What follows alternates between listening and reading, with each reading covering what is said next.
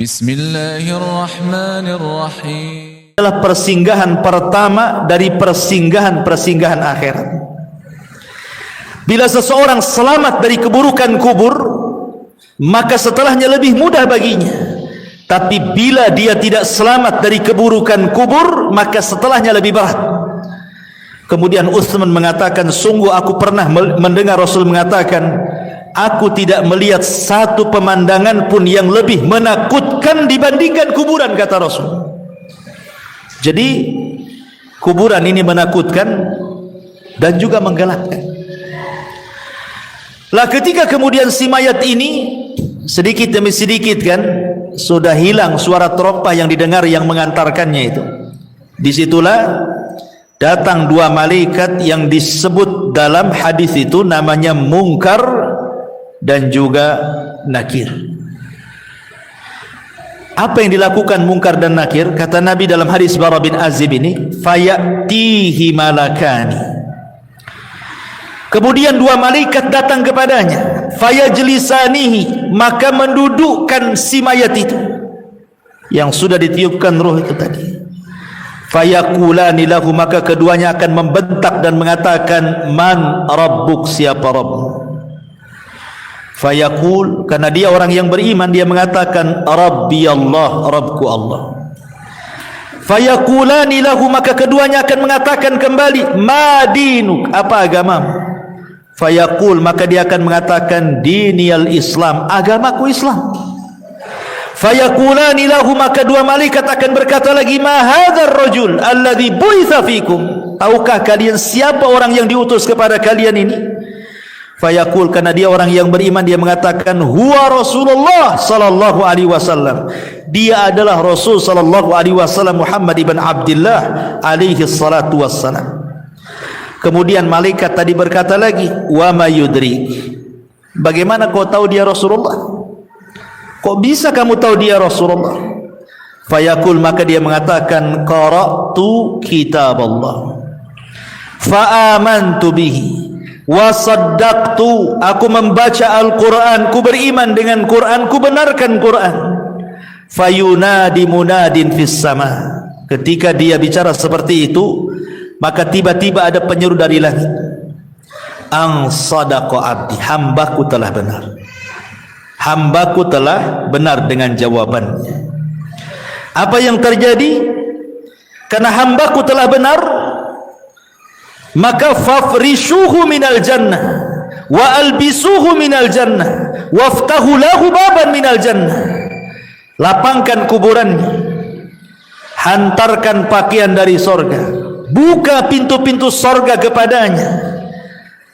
Kemudian dikatakan, fayatihi min rauhiha wa tibiha, maka tiba-tiba ketika pintu sorga itu dibuka, semerbak harum dari sorga itu kemudian masuk ke dalam kuburannya. Kuburannya menjadi harum, ya.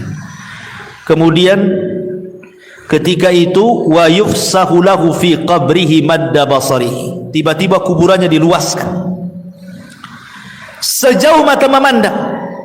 Jadi kalau ibu naik di atas ketinggian kemudian melihat gitu ya, sampai di mana, itulah maksudnya sejauh mata memandang itu. Tapi dalam riwayat yang lain, diluaskan itu 70 hasta kali 70 hasta, luasnya kuburan itu diluaskan. Tentu ini alam gaib ya, bukan Bu? Karena sehebat apapun alat dunia, anggaplah dipasang CCTV sekalipun, ya tetap saja segitu. Coba saja taruh CCTV, pantaulah itu di CCTV itu. Apakah dia menyempit ataukah melebar, ya tetap saja segitu kan. Artinya bahwa alam kubur ini bagian daripada alam gaib. Kenapa kita tidak tahu dan kita tidak bisa memprediksi kan bahwa kuburan ini meluas atau menyempit? Karena antara alam dunia dan alam kubur itu ada namanya barzah. Maka disebut alam barzah. Barzah itu tembok penghalang antara alam dunia dan alam kubur itu. Makanya Allah mengatakan dalam Al-Quran itu bahwa di situ terdapat barzakhun ila yaumil yub'atsun. Ada barzah pemisah antara dunia dan alam kubur sampai hari dibangkitkan. Ma'asyiral muslimat yang dimuliakan Allah Subhanahu wa taala, apa yang terjadi setelahnya? Setelah kuburannya diluaskan sejauh mata memandang, subhanallah, wa ya'tihi rajulun hasanul wajhi. Tiba-tiba datang seseorang indah pakaiannya, hasanul thiyab, indah wajahnya, hasanul wajhi, indah wajahnya, hasanul thiyab, indah pakaiannya, tayyibur rihi, sangat harum baunya. Fayaqul, dan dia mengatakan, abshir billadhi yasurruka hadha yaumuka alladhi kunta tu'ad. Kemudian orang ini mengatakan, berbahagialah, berbahagialah katanya, dengan apa yang menyenangkan dirimu, inilah hari yang engkau tunggu selama ini katanya. Kemudian dia mengatakan, si mayat ini, man anta, siapa kamu? Fawajhukal wajhu yaji'u bil khairi, aku lihat wajahmu mendatangkan kebaikan. Siapa kamu ini, sudah berbuat baik menemani aku di kuburan ini gitunya.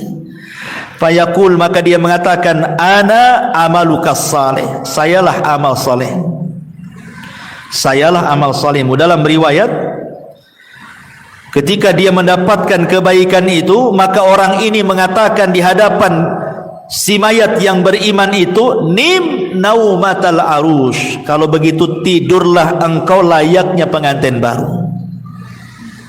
Jadi disuruh tidur, sehingga ketika dia tidur, dia mimpi dengan mimpi yang indah. Itulah disebut nikmat kubur ya. Mimpi sangat indah sekali, sehingga tanpa kemudian disadar, tahu-tahu kiamat pula dibangkitkan. Ketika kiamat dibangkitkan itulah, maka orang yang baik ini kemudian memberitahu bahwa Israfil akan meniupkan sangkakalanya. Kemudian orang ini mengatakan, siapa kamu ini sebenarnya? Maka orang baik ini mengatakan, ana amalukas saleh, sayalah amal solehmu. Maksudnya sayalah solatmu, sayalah puasamu, sayalah zakatmu, sayalah silaturahimmu, sayalah ibadahmu. Jadi ibadah itu akan menemui kita di kuburan, sebagaimana kita akan menjumpai Allah Subhanahu wa ta'ala di 4 tempat yang saya jelaskan. Kita juga akan menjumpai amal soleh kita di 4 tempat juga sama, 2 di dunia, 2 di akhirat kan itu ya. Adapun di dunia kita bisa rasakan amal soleh kita kan.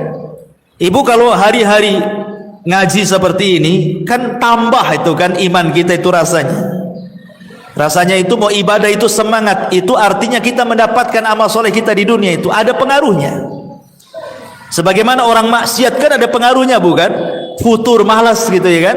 Maka amal soleh juga kita bisa dapati gitu ya, dengan semangatnya kita beribadah. Karena iman dalam definisi ahli sunnah itu yazidu bitta'ah, bertambah karena ketaatan. Kita bisa rasakan itu. Kemudian yang kedua, di sini dalam kuburan ini kita akan mendapatkan amal soleh kita dalam wujud manusia. Sehingga ketika ditanya, siapa engkau ini? Wajahmu kok wajah yang baik sekali. Maka dia akan mengatakan, ana amalukas soleh, saya amal solehmu. Artinya kita akan mendapatkan amal soleh kita kan di kuburan ini dalam bentuk manusia yang akan menemani kita sepanjang kita di kuburan kita. Sehingga sebagian para ulama ketika membahas apakah orang-orang yang dikubur itu bisa merasakan perjalanan waktu, sama dengan kayak ibu kita sekarang kan bisa kita merasakan perjalanan waktu kan Bu ya, pagi aktivitasnya apa, siang aktivitasnya apa, sore apa, malam apa, besok pagi lagi kan bisa kita merasakan aktivitas waktu itu berjalan kan itu ya. Ya, hari, minggu, bulan, tahun, kita bisa merasakan. Pertanyaannya, apakah orang-orang yang dikubur juga merasakan ada aktivitas waktu sehari-hari? Pagi, siang, sore, malam, ke pagi lagi, siang, sore, malam, ke pagi lagi, gitu ya. Sementara orang-orang yang dikubur itu kan ada yang sudah lama kan. Kalau yang meninggal di zaman Rasul kan sudah 14 abad berarti kan.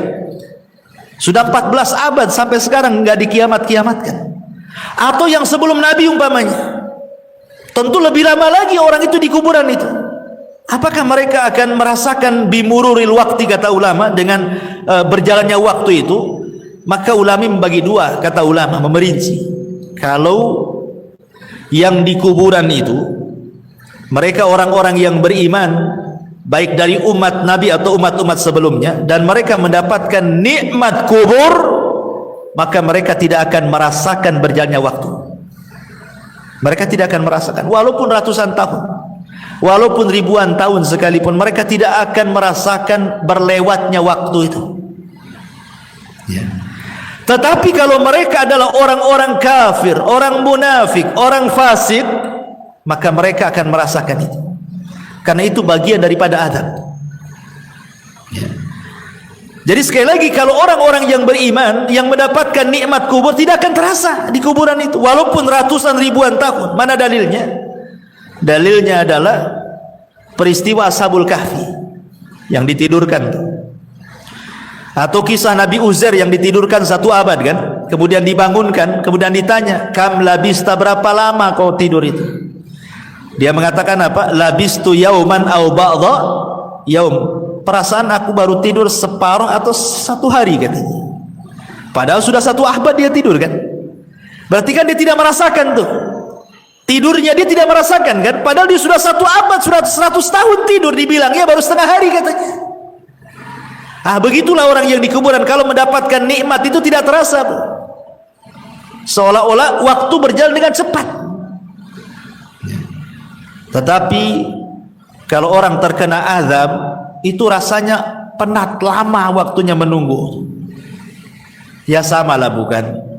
Kita menanti orang jenuh gitu kan, lama kali kan. Rasa mau balik saja, nggak datang-datang, ditengok tak nampak lagi, ditengok tak nampak. Ya dah, saya tinggal aja lah. Kan ada kejenuhan tuh. Ya.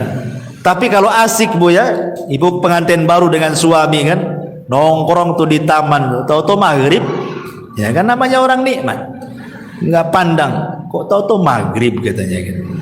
Ya, jadi dari sini di dunia ini kita bisa rasakan dalam kondisi nikmat dengan dalam kondisi tidak nikmat kan itu. Lah dikubur kurang lebih seperti itu. Ya. Tetapi apakah kemudian orang-orang yang dikubur juga akan merasakan layaknya kita juga perasa gitu, kalau ibu lagi sedih, kan ada perasaan tersiksa jiwa ini kan, atau ada masalah rasanya rungsep kehidupan ini kan. Apakah juga orang-orang di kuburan akan merasakan seperti itu? Ya, mereka juga akan merasakan. Kapan itu? Apabila ditangisi orang yang ada di atas.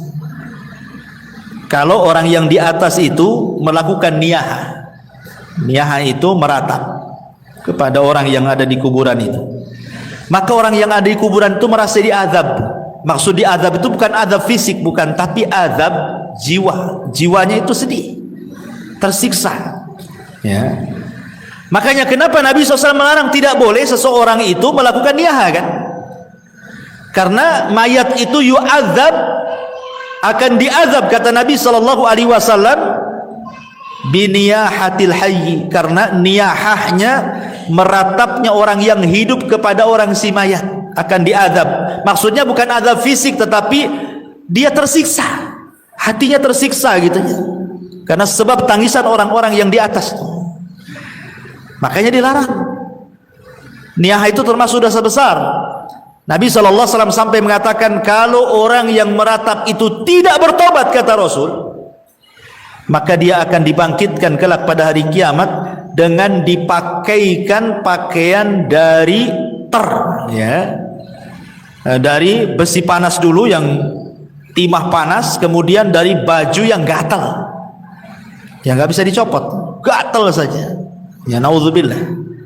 Jadi mereka pun akan merasakan apa namanya ya, bahasa kitanya rungsep tuh ya, hatinya itu nggak tenang disebabkan tangisan orang-orang yang di atas kuburan. Makanya tidak boleh kalau ada orang yang meninggal, ikhlaskan saja. Kalau menangis, menangislah sebagai tangisan rahmat karena kesedihan, bukan karena menolak takdir kan. Karena ada orang yang menangis itu karena menolak takdir kan bu ya, meraung-raung, nanti kalau anak-anak besar jadi apa, kamu sudah nggak ada, semacam kan itu. Ya nanti Allah yang menentukan takdirnya, bukan si bapak yang sudah meninggal kan itu ya.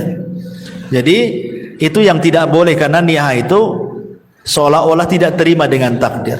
Guling-guling, nangis-nangis, robek-robek, pukul-pukul, pangkas-pangkas rambut dan begitu seterusnya. Baik. Intinya bahwa ketika kemudian si mayat itu diberikan nikmat oleh Allah Subhanahu wa taala, nikmat kubur, maka dia tidak akan merasakan dengan berjalannya waktu. Waktu itu akan panjang, tahu-tahu sudah dikiamatkan. Tapi yang perlu ibu pahami bahwa di dalam peristiwa-peristiwa kubur itu, sebelum dua pertanyaan malaikat mungkar dan nakir yang disebut dengan fitnah kubur itu, ada peristiwa yang sebelumnya dilalui manusia yang disebut dengan dhaghtatul qabrin, himpitan kuburan. Jadi himpit dulu, baru setelah itu fitnah kubur, gitu maksudnya. Dan ini disebutkan oleh para ulama tentang masalah himpitan kubur ini. Di antaranya adalah yang disebutkan oleh pendapat Abu Hanifah. Wa dhaghtatul qabri wa adzabuhu haqqun. Himpitan kuburan, kemudian siksa kubur itu adalah perkara yang benar-benar akan terjadi. Jadi perkara himpitan kuburan dan azab kubur, kata Abu Hanifah, adalah sesuatu yang benar-benar akan terjadi. Bahkan Al-Imam Al-Muzani rahimahullah ta'ala mengatakan, beliau mengatakan, summa hum ba'da dhabtati fil kuburi musa'alun. Kemudian mereka setelah dihimpit dalam kuburan, baru kemudian mereka akan ditanya. Dari sini kita tahu bahwa sebelum proses pertanyaan dua malaikat mungkar dan nakir, ada peristiwa namanya dhaghtatul qabri, himpitan kuburan. Himpitan kuburan ini, Bu, itu sangat menyakitkan bagi si mayat, karena ketika ruh itu sudah menyatu dengan jasadnya, kemudian tanah itu menyempit sampai meretakkan semua tulang dan persendian. Itu kalau orang kafir, dan dia akan menjerit di mana jeritannya tidak ada yang mendengar, manusia dan jin, kecuali binatang-binatang mereka bisa mendengar. Jadi binatang-binatang itu diberikan kepekaan, mampu mendengar jeritan-jeritan orang-orang yang dihimpit kubur itu. Masalahnya, lalu bagaimana dengan orang-orang yang beriman? Maka ulama menjelaskan bahwa himpitan kuburan bagi orang-orang yang beriman itu tidak sebagaimana himpitan kubur bagi orang-orang kafir, munafik ataupun orang-orang fasik. Maksudnya apa? Maksudnya himpitan orang yang beriman itu layaknya seorang ibu sedang memeluk anaknya. Jadi kalau ada anak bayi ibu peluk gitu ya, seperti itulah seorang mukmin ketika dihimpit oleh kuburan. Jadi tanah itu seolah-olah ibu bagi kita, dan kita anak dari tanah itu. Jadi tanah itu menghimpit kita itu seperti seolah-olah ibu memeluk seorang bayi. Kenapa demikian? Sebab kalau seandainya himpitan itu meretakkan gitu ya, menyakitkan persendian, meretakkan tulang-tulang, tentu akan bercanggah dengan hadis-hadis. Seperti umpamanya Nabi SAW ketika didatangkan seorang bayi kemudian dikubur, kata Nabi SAW, kalau ada orang yang selamat dari himpitan kubur, tentu bayi ini kan selamat.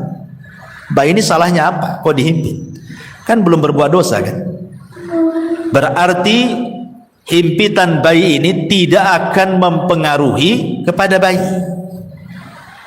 Atau ketika Nabi SAW menceritakan tentang Sa'd bin Mu'adz, seorang pemimpin Aus, yang ketika meninggal itu kan bergegar arasnya, 70.000 malaikat turun mengantarkan jenazahnya. Kemudian Nabi SAW mengatakan, kalau ada orang yang selamat dari himpitan kubur, inilah orangnya, katanya. Maksudnya Sa'd bin Mu'adz. Tapi dia pun tak selamat. Berarti menunjukkan bahwa bukan himpitan kubur kepada Sa'ad bin Mu'adh atau kepada bayi tidak akan sama dengan himpitan kepada orang-orang kafir. Ya, makanya ulama memberikan catatan himpitan kuburan kepada orang-orang yang beriman layaknya seorang ibu memeluk bayinya dengan lembut. Jadi bukan sebuah siksaan gitu maksudnya, tetapi justru sebuah kabar gembira. Baru setelah himpitan baru namanya fitnah kubur, pertanyaan tadi ya. Baru setelah itu tergolong manusia kepada dua kelompok, bisa masuk pada nikmat kubur, bisa masuk kepada azab kubur. Ya. Tapi ma'asyiral muslimat yang dimuliakan Allah Subhanahu wa taala. Ini satu sisi ya. Maksudnya kalau ruhnya itu orang yang beriman. Sekarang kalau ruhnya orang kafir munafik, tentu sebaliknya. Sebaliknya daripada ruhnya orang-orang yang beriman. Ya. Di antaranya adalah Nabi SAW mengatakan kalau ruhnya orang kafir ketika dicabut itu Nabi SAW mempermisalkan seperti safud. Safud itu macam pisau yang bengkok seperti ini. Ini safud, ini pisau bengkok macam serulit gitu ya. Kemudian didatangkan kambing wol yang belum dicukur. Taulah ibu kan kambing Australia yang banyak gimbal-gimbal tuh rambutnya. Ya, kemudian pisau ini dibenamkan di kambing wol tadi. Kemudian setelah itu disiram. Secara otomatis maka bulu-bulu kambing yang disiram itu kan akan nempel di pisau, Bu. Setelah nempel di pisau, kemudian ibu cabut paksa pisau itu dengan sangat keras gitu ya. Apa yang terjadi? Pasti akan merontokkan bulu-bulunya. Kata Nabi SAW, seperti itulah ruhnya orang kafir, munafik, fasik dicabut oleh malaikat maut. Jadi akan merontokkan persendiannya. Karena ketika malakul maut mencabut ruhnya orang kafir, munafik, fasik itu, maka rusulul maut akan menghembuskan dan menakut-nakuti di telinga orang-orang yang akan dicabut itu dan mengatakan, hei ruh yang busuk, ruh yang jahat, ruh yang jelek, keluar. Di sana kemurkaan dan kemarahan Allah sudah menantimu katanya. Gimana dia mau keluar ditakut-takuti seperti itu? Tentu tidak akan keluar. Makanya dipaksa. Dia keluarnya itu dipaksa sehingga dia akan merontokkan semua persendiannya. Dia akan merasakan sakit yang luar biasa ya. Kemudian setelah ruhnya diletakkan di kain kafan dari neraka, kemudian bau busuknya melambung ke langit, semua malaikat mencaci maki dia. Tidak ada satupun malaikat memujinya, Bu. Bahkan mencaci maki, ini ruhnya siapa busuk sekali. Bahkan malaikat-malaikat penjaga pintu langit pertama tidak akan membuka pintunya. Jangan langit kedua, langit ketiga. Langit pertama saja nggak mau buka pintunya. Dan Allah hanya mengatakan dari atas sana dan mengatakan, jatuhkan ruhnya ke dalam jasadnya. Letakkan catatannya di bumi yang paling dasar yang disebut dengan sijin. Coba bayangkan, ruh itu dilempar, Bu, sama malaikat. Tidak dihantar. Sehingga ketika ruh itu menyatu dengan jasadnya itu ibarat ibu jatuh dari ketinggian tuh, gebuk gitu ya. Gimana rasanya? Seperti itulah rasanya. Sehingga rasanya tulang ini patah semua. Karena yang merasakan sakit itu bukan jasad, Bu, ruh. Kalau ruh dicabut, Bu, walaupun ibu dicabik-cabik jasadnya, dipotong-potong, dimutilasi, dicongkel matanya, dipotong telinganya, dicabut jarinya, enggak akan merasakan sakit kalau ruhnya dicabut. Tapi kalau ruhnya dikembalikan, itulah sakit yang dialami itu, bagaikan dia jatuh dari ketinggian, itu yang dia rasakan ya. Sudah itu pula kemudian tiba-tiba dihimpit kuburan gitu, retak semuanya kan. Sudah jatuh dari ketinggian, dihimpit dengan kuburan, makin retak semuanya lah. Sedang dia merasakan sakit, tiba-tiba dibentak pula malaikat Munkar dan Nakir. Kayak apa tuh coba? Siapa Rabb? Siapa nabimu? Ya. Siapa agamamu? Ya, nggak bisa jawab lah dia. Dia aja masih merasakan sakit yang luar biasa. Ya. Makanya ma'asyiral muslimat yang dimuliakan Allah Azza wa Jal, maka dia akan terus menjerit-jerit dalam kuburannya. Manusia dan jin tidak akan mendengarnya kecuali hewan-hewan atau binatang-binatang yang Allah takdirkan mampu mendengarnya. Ma'asyiral muslimat yang dimuliakan, dan begitu seterusnya.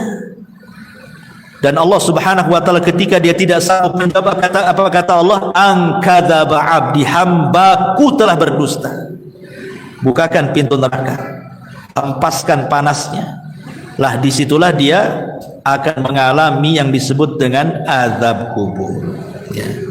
Ini sekilas tentang kematian, fitnah, himpitan, azab dan juga nikmat kubur. Baik.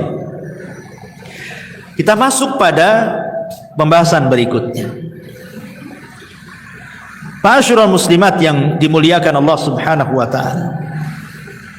Kalau kita sudah tahu dan kita yakin dan percaya di sana ada nikmat dan azab kubur, lalu apa saja hal-hal yang bisa kita ini terhindar dari itu semuanya? Apa caranya supaya kita bisa terhindar dari azab kubur itu? Karena begini Bu, dalam sebuah hadis tentang Nabi SAW.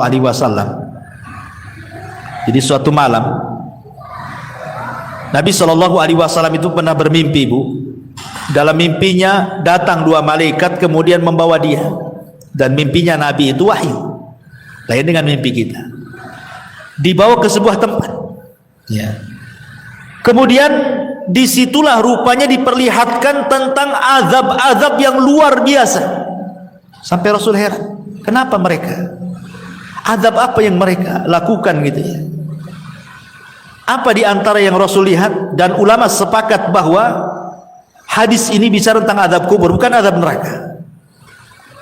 Di antaranya Nabi SAW melihat ada orang yang dipecahkan kepalanya dengan batu kan? Dipecahkan kepalanya dengan batu.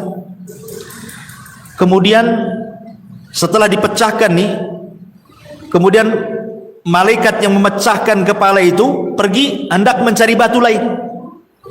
Kemudian datang lagi, kepalanya sudah utuh lagi, dipecahkan lagi. Kemudian sudah pecah, dia pergi lagi cari batu lagi yang baru, datang lagi, rupanya kembali lagi kepalanya. Asik gitu saja. Jadi Rasul mengatakan, mahadan, ini siksaannya apa nih orang ini, kok ngeri kali gitu ya. Rupanya kemudian malaikat mengatakan bahwa siksaan orang ini karena ketika datang waktu sholat sengaja dia tidur. Datang waktu sholat, harusnya kan dia sholat, sengaja pula dia tidur. Kemudian yang kedua, ada lagi orang itu digambarkan oleh Nabi SAW. Subhanallah, orang ini kakinya di atas, digantung, kepalanya di bawah. Kemudian di sampingnya ada orang bawa pisau bengkok, kemudian dimasukkan di mulutnya, kemudian dirobek sampai tengkuknya. Kemudian setelah itu dimasukkan di lubang hidungnya, dirobek sampai tengkuknya. Setelah robek ini dari hidung ke tengkuk, dari mulut ke tengkuk, kemudian dia mau mengambil sebelah kirinya. Ketika diambil sebelah kirinya, sebelah kanannya sudah kembali lagi. Ya. Kemudian dirobek dari sebelah kiri, mulut sampai ke tengkuk, hidung sampai ke tengkuk. Ketika pindah ke sebelah kanan, balik lagi ke semula gitu. Asik gitu saja. Sehingga Rasul mengatakan, kenapa orang ini? Maka kemudian malaikat ini mengatakan, karena ketika di dunia ini dia suka berdusta sampai dustanya itu membumbung ke ufuk katanya. Maksudnya apa dusta membumbung ke ufuk itu Bu? Maksudnya dusta membumbung ke ufuk itu maksudnya dustanya itu sampai